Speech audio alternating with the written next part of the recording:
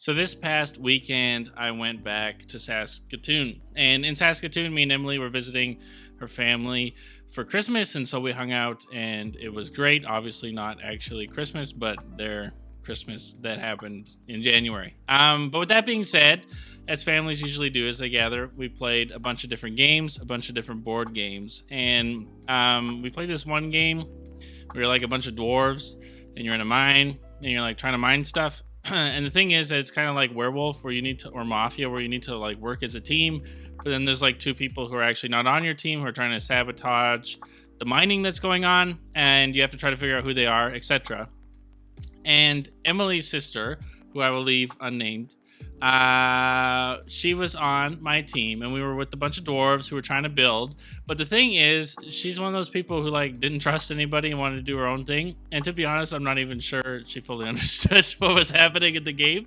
And because of this, and because she didn't want to trust anybody, as the team was trying to work together to get gold, she was secretly sabotaging us, to the point where we actually thought that she must be on the other team, because it seemed like that with the amount of sabotaging she was doing, that it must actually be that she's not on our team. But she was. She just didn't want to trust any of us. And needless to say, if you had her on your team, you were likely going to lose. And when it came to the end of the game and we saw who won out of all of us, she was dead last with absolutely no points, to no one's shock, because she wouldn't trust anybody on her team. And so with all that being said, I want you guys to discuss in your groups, if you can remember, any time in your life where someone wasn't trusting other people and it led to disaster.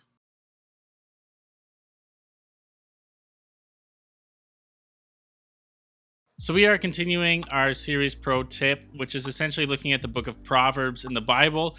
The book of Proverbs is a book found in the Old Testament, meaning it was written before Jesus showed up physically on earth, and it's written by a guy named Solomon. And Solomon was actually a king. He was actually David's son, if you know who David is. He was actually his kid who took over Israel and became king. And Solomon was known as like the wisest person of all time outside of Jesus. And so he wrote a whole book on wisdom, and he has like a bunch of little sayings of what it means to be wise and how you can actually have wisdom. And so we talked a little bit about that last week, and then we're going to continue it this week. And this whole week is going to be based on that idea of trust and who you put your trust in. And in fact, my main idea today is this: wisdom comes by trusting and knowing God. So with that, let's dive back into the book of Proverbs, into chapter 3, and it says this: trust in the Lord with all your heart, and do not rely on your own understanding. So what Solomon is saying here is that if you want to be someone who's wise, if you want to be someone who's headed on the right path in life, you need to be someone who trusts God, who doesn't actually lean on your own understanding and your own way of seeing the world and your own way of thinking what's right, but actually putting your faith in God, trusting Him, and trusting that what He says is actually the correct path. It's kind of like bridges, where when you go on a bridge, you have to trust the bridge, and you have to trust that it's not going to break and throw you into the body of water that you're trying to trust. I am terrified of heights, and so I often don't trust bridges. If I am driving over a bridge or walking on one, all I can think about is how much I don't trust the bridge. And what Proverbs is saying here is that that's not what we're supposed to be like. That if you want to be someone who's actually wise, you don't be like me when I look at a bridge and I hesitate to put my foot on it and put my trust in it. That Proverbs is actually saying the wise person sees the bridge, is able to trust it, puts their full trust in it, has confidence in it, and walks on that bridge, and that bridge will lead you to true wisdom. And of course, it's not actually a physical bridge, it's a metaphor for faith, that in your life, there are going to be things that you think are right, or that others tell you are right and the right way to head, and that you actually need to recognize that those things sometimes line up with God and oftentimes they don't, because we are broken people. We have a broken conscience that doesn't always lead us in the right path, and also with that, we're also like not very old. So God's been around for like a million years, and we've only been around for like 2 seconds.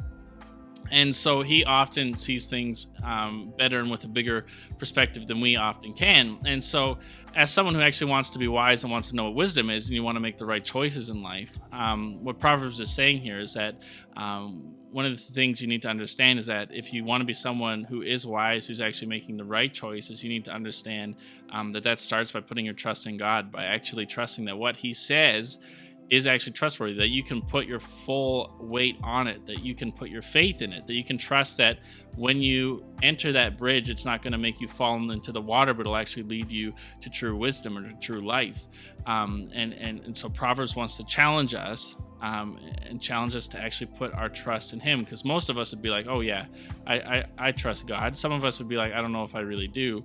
And Proverbs wants to say, do you really though? Like, in the way you live your life, are you actually showing to others and even showing to yourself that you've put your trust in God? Or do you often find yourself following other people's advice or what you think is right? Or do you actually do things you know that God commands and says, hey, this isn't actually the way you want to head, and instead you head that way anyway. So you don't actually trust the path He has, whether it's your dating life, whether it's the way you treat your siblings, whether it's the way you treat your parents, whether it's the way you tell the truth or the way you talk, that in the way you do those things, you show that you don't actually trust that God's way is actually going to lead to wisdom and lead to life, that you actually think, actually, I should go my own way. I don't know if I actually trust the bridge that God built. And that's what this passage here is challenging us to do. It's challenging us to actually put our trust in Him. And so I want you to answer these questions in your small groups. Is there evidence in your life that shows that you trust God? If someone is struggling to put their trust in God, what advice would you give them?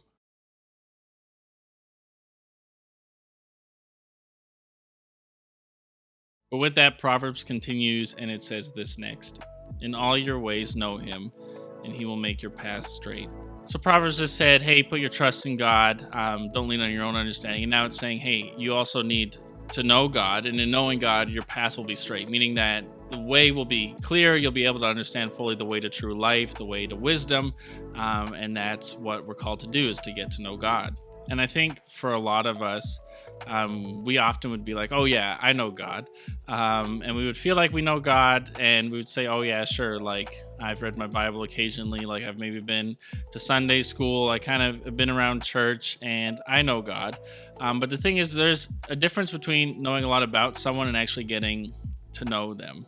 For example, with Emily, who's my wife, I could know a lot of facts about her. I could know that her hair is brown, and that she grew up in North Battleford, and I can know what her favorite color is and all those different things. But it's different to just know a bunch of facts about her and be like, I've occasionally like read a social media post that she made, and then to actually know her, to actually spend time with her, to like take her out for coffee and get to know her and go and do things with her.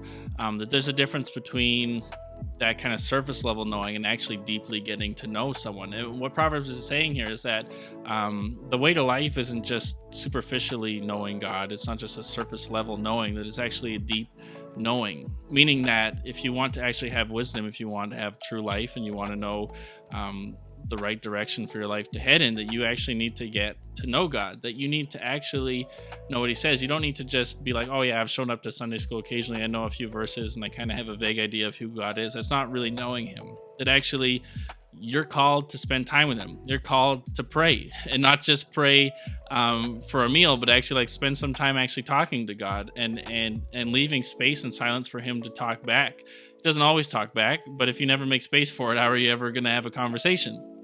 And with that too, the clearest way to get to know God is to actually read the Bible. We just don't read the Bible because it's what Christians do. We read the Bible because through reading the Bible, God says that He'll speak, and He'll speak to us, and we get to know His history and where He's been and what He's done in the world, and then also what He's calling us to.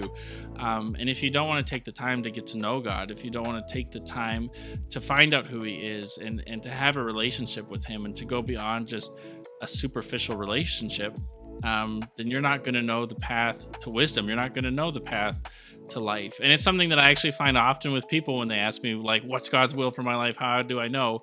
That a lot of the things are really basic. And if people actually just took a second to spend some time with God, that a lot of those things would be abundantly clear. Not that God would say in a booming voice, you're supposed to go to this college or do this or date this person or whatever.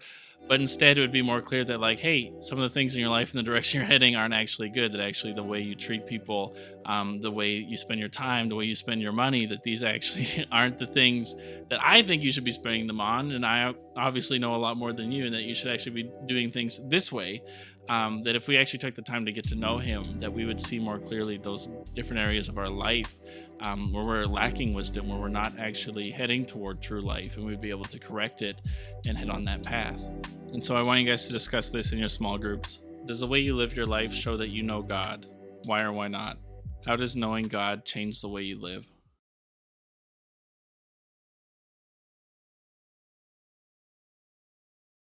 Wisdom comes by trusting and knowing God.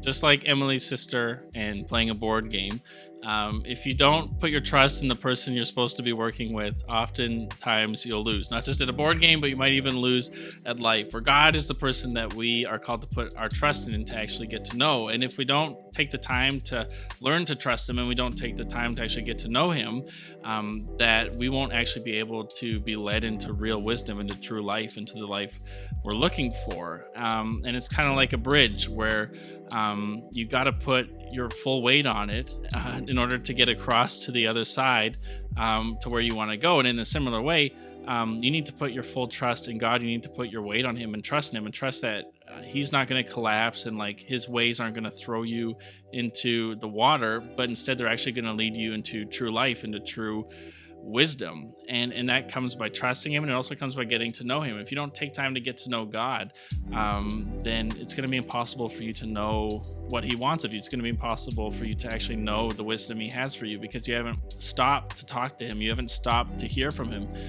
You don't know his word, that the book, the Bible, the book that he inspired, that he spoke through human authors, that he has put that in reach of you so that he could easily communicate with you, that you could know like the whole story of what God's been up to this point, that you could see how you fit into it, that you could see the things he's calling you to, and that those things could become clear. And through a bunch of different things, you get to know him on a deeper level, because wisdom comes by trusting and knowing God.